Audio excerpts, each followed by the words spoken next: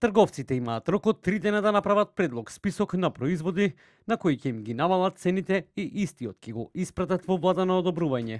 Ова е заклучокот од синоќешниот состанок помеѓу представници на големите ланци на маркети, дел од производителите на прехранбени производи и премиерот, министерката за финансии, директорот на пазарна и останати владини функционери.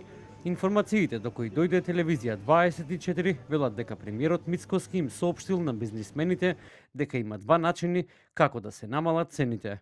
Првиот е трговците тоа да го направат самите или да се воведе владина интервенција во маржите која ќе трае точно една година. Граѓаните со кои што поразговаравме велат дека државата конечно се сети на граѓаните, но се скептични дека цените ќе се намалат. Што мислите, што го налути толку премиерот да воведе на ваква мерка кон маркетите за да ги намалат цените? Јас мислам дека бар така се декларативно кажува дека се преземаат, а резултатот е нула. Значи ефект нема. Значи ни мерките не се соодветни.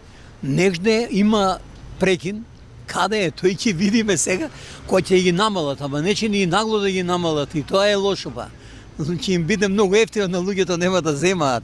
Се шалам малку, меѓутоа сериозна е работата во однос на цените во целокупната состојба. Тоа е искрено кажано, али добро што размислуваат и треба некогаш и да бидат енергични и да ги решаваат проблемите чекор по чекор, за да луѓето почувствуваат и да бидат задоволни. Некој човек и кога му е тешко се шали, се смее на свој рачун, ама сериозните работи бараат сериозна одговорност и резултати. Во делот на цените, што мислите, дали се ефтини или скапи производите? Па зависи од што.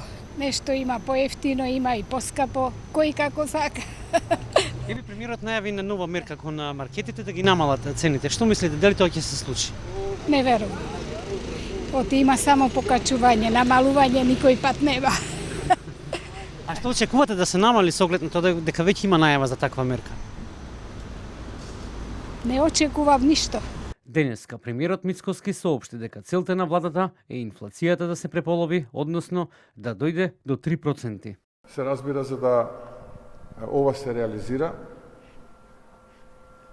потребно е да направиме еден ваков ист состанок со производителите и дистрибутерите и добавувачите. Тоа ќе се случи во наредниот период и потоа сите заедно ќе седнеме на маса и сите заедно ќе бидеме општествено одговорни затоа што граѓаните мора да добијат најдобра услуга и најквалитетни производи по оптимално најниски цени. Тоа е она кое што е заедничка цел.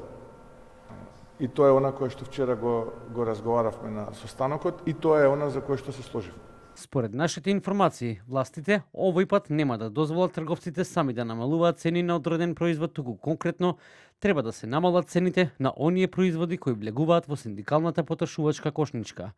Минатиот пат, кога беше оставено тоа, на трговците по своја волја да го сторат, беа намалени цените на производи кои ретко се купуваат од страна на граѓаните, а беа поскапени артикли кои се во секојдневна набавка на домаќинствата. Затоа сега властите одат со поригорозни мерки. Добар дел од трговците имале забелешки на ваквите барања на властите, но на крајот сите се согласиле дека ќе направат договор со дистрибутерите и ќе ја известат владата.